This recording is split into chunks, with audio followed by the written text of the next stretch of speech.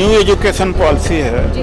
उसमें शिक्षा सब प्राइवेट सेक्टर में जा रही है। तो जिसके पास पैसा नहीं होगा वो तो कोई स्किल ले ही नहीं सकता, एजुकेशन प्राप्त कर ही नहीं सकता। वो सब झूठ बोल रहे हैं। सब ज़्यादातर शिक्षा जो है निजी क्षेत्र में जाएगी। मैं पैर धोने को तैयार हूँ मोदी जी का, हमें पदोन्नति में आरक्षण दे दे कि 2024 तक चाहे राजनीतिक हो या ना हो, सब मिल करके पहले आरएसएस को हटा। नमस्कार, मैं निधि रतन, आप देख रहे हैं नेशनल दस्तक तस्वीर भारत की। मेरे साथ है इंडियन पॉलिटिशियन उदित राज जी। हम उनसे बातचीत करेंगे किस तरीके से आज के मुद्दे को लेकर प्रेस कॉन्फ्रेंस जारी की थी। सर, सबसे पहले आज के जो मुद्दे को लेकर आपने प्रेस कॉन्फ्रेंस जारी की थी उस पर बातचीत करते हैं। मेरा ख्याल है मैंने अपनी बात कह दिया है जी। और दस्तकार आयोग की बनाने की मांग है। पहले बार लोग इकट्ठा हुए, 5 राज्यों से आए हुए हैं। जी। बिना इस आयोग के इनका समाधान हो नहीं पाएगा। भूखमरी के कगार पर पहुंच गए हैं, भूखे हैं, गरीब हैं, गुर्बत है और पूरी अर्थव्यवस्था को प्रभावित हो रहा किया जा रहा है। अगर इनका स्किल ट्रेनिंग अच्छी हो जाए, चाहे ब्रास हो, चाहे वुड हो, चाहे ग्लास हो या लेदर हो, जो भी है, तो एक्सपोर्ट बढ़ेगा तो डॉलर हमारे अरबों के हिसाब से आएगा।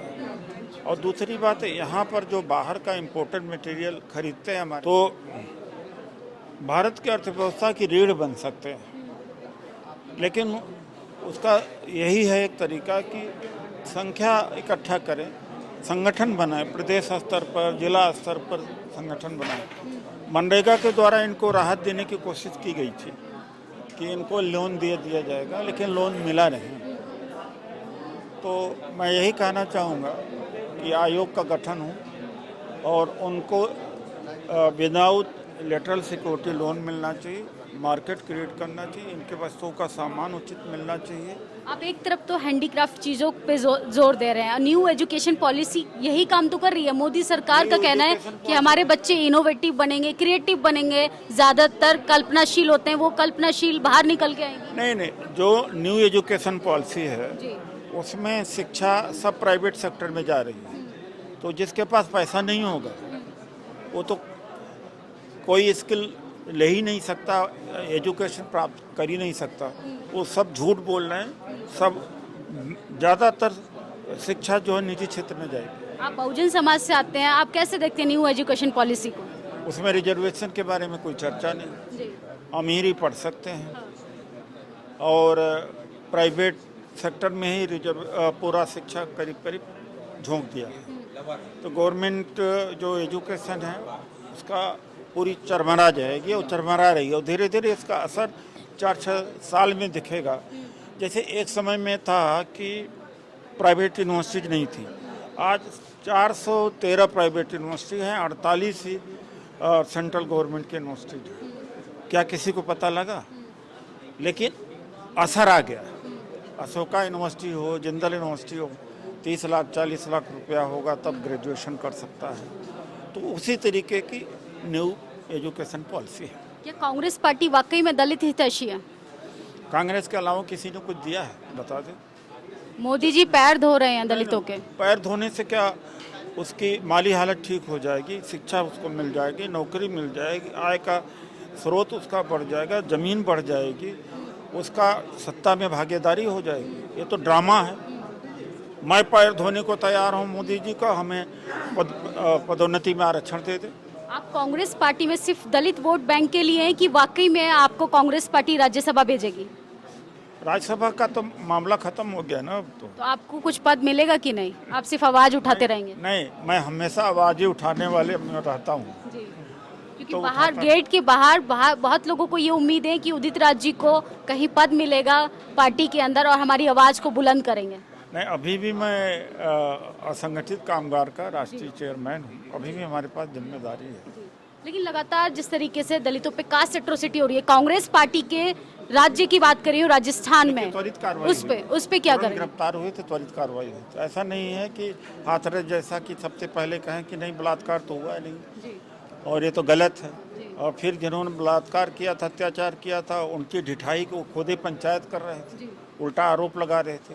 यही कुलदीप सेंगर वाले मामले में हुआ था। लेकिन सर एक केस की बात नहीं है, राजस्थान से लगातार उतनी खबरें आती हैं कि एक खबर खत्म नहीं होती, बलात्कार की नई खबरें आ जाती हैं अखबार में। राजस्थान पारंपरिक रूप से बड़ा ही सामंतवादी रहा है जी और मैं हमेशा कहता हूँ, चाहे बीजेपी की सरकार हो, चाहे कांग्रेस की सरकार हो, चाहे बीएसपी की क्यों न रही हो, जी जिसका स्रोत समाज में है, राजनीति में नहीं है, अत्याचार होगा, कम ज़्यादा हो सकता है।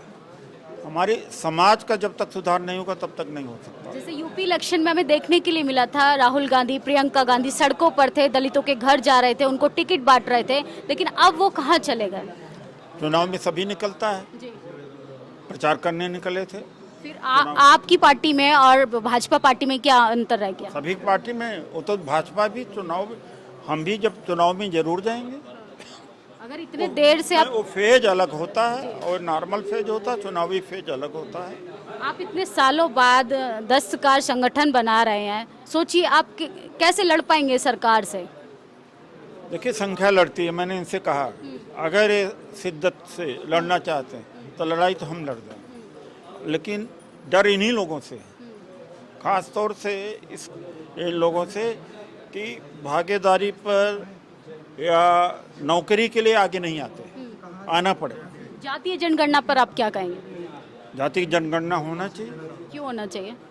सबको न्याय तो हिंदू राष्ट्र में सब इक्वल रहे तो आपको दिक्कत है, जातीय जनगणना क्यों होनी हिंदू चाहिए? राष्ट्र में सब एक तब माना जाता है कि सबके साथ में बेटी का संबंध हो जाए। सत्ता के लिए हिंदू बना देते हैं। पीएमओ में कितने एक भी दलित बैकवर्ड नहीं है, सेक्रेटरी कितने एपीएस हैं, या इस देश का मीडिया का ओबीसी हेड प्राइम मिनिस्टर दलित राष्ट्रपति है सर। वो तो फर्जी ओबीसी है, वो पहले ओबीसी में थे ही नहीं। अच्छा, ओबीसी में डलवाया अपना नाम, कौन सा ओबीसी का काम कर रहा है? अच्छा, सब कुछ फेक है मोदी जी का। बिल्कुल फेक है। 2 करोड़ बहुत फेक है। गंभीर आरोप लगा रहे नहीं, प्रधानमंत्री। आरोप नहीं, मैं कह रहा हूँ जी पहले नहीं थे, जनरल कैटेगरी में थे। अच्छा, इनकी कम्युनिटी का कोई एक्सप्लॉइटेशन नहीं। फेक इसलिए कह रहा हूँ कि पहले नहीं थी। दूसरी बात है, बैकवर्ड का नाम तो लेते हैं, बैकवर्ड के लिए किया क्या है? इस्तेमाल मतलब ये सत्ता के लिए भूखे हैं, व्यक्तिगत है, बैकवर्ड को क्यों जोड़ रहे हैं? लेकिन सर आप कैसे लड़ेंगे? आपके साथ ना प्रशासन है, सरकार नहीं है, आपके साथ मीडिया नहीं है, तो कैसे लड़े पाएंगे? क्यों? कभी दौर होता है, कभी बीजेपी के साथ नहीं था ऐसा, आज हमारे पास नहीं है, कल होगा। उम्मीद है। उम्मीद से ही पार्टियां सारे से होती हैं।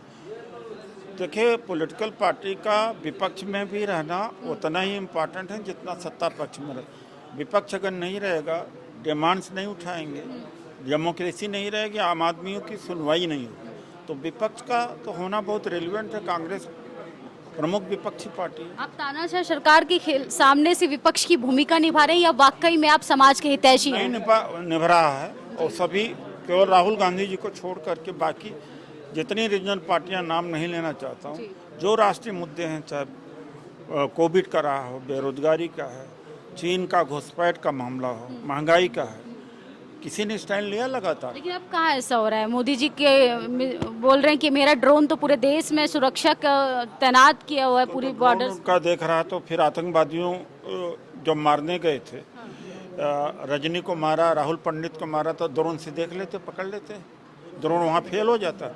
और चीन जो अरुणाचल में गांव बसा दिया, तो ड्रोन कहाँ चला गया? अभी लद्दाख में 2 ब्रिज बनाया, पुल बनाया हमारे सीमा में, कहाँ गया उनका ड्रोन?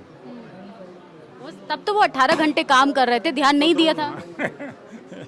ड्रोन उनका विपक्ष के लिए होता है, जनता के लिए नहीं होता, भलाई के लिए नहीं होता, नुकसान करने के लिए, परेशान करने के लिए होता है। आप ये सब बातें बोल रहे हैं, आपके घर ईडी का छापा पड़ जाएगा? वो तो मैं तो बहुत पहले से कह चुका हूँ, कर लो, हमें मिलेगा क्या? मतलब डर नहीं लगता आपको? तो मिलेगा क्या, है ही नहीं कुछ। बहुजन समाज के लिए क्या बोलेंगे आखिरी बात? बहुजन समाज को मैं यही कहूँगा कि 2024 तक चाहे राजनीतिक हो या ना हो, सब मिल करके पहले आरएसएस को हटा लें। विकल्प के रूप में कांग्रेस ही है, गैर नहीं है। गैर हो तो उसका भी साथ देते, सबसे पहले इनको हटाना चाहिए। बहुत बहुत शुक्रिया सर हमसे बातचीत करने के लिए। ये थे डॉक्टर उदित राज। हमने बातचीत की उन तमाम मुद्दों पे। इन्होंने साफ अपनी बातों में कह दिया कि बहुजन समाज को राजनीतिक तौर से मजबूत होने की ज़रूरत है। हमारी बातचीत आपको कैसी लगी, आप अपनी प्रतिक्रिया ज़रूर दे सकते हैं कि आपको ये बातचीत से सहमत हैं, असहमत हैं। कमेंट बॉक्स में कमेंट करके ज़रूर बताएं। कैमरा पर्सन राशिद के साथ मैं निधि रतन, दिल्ली।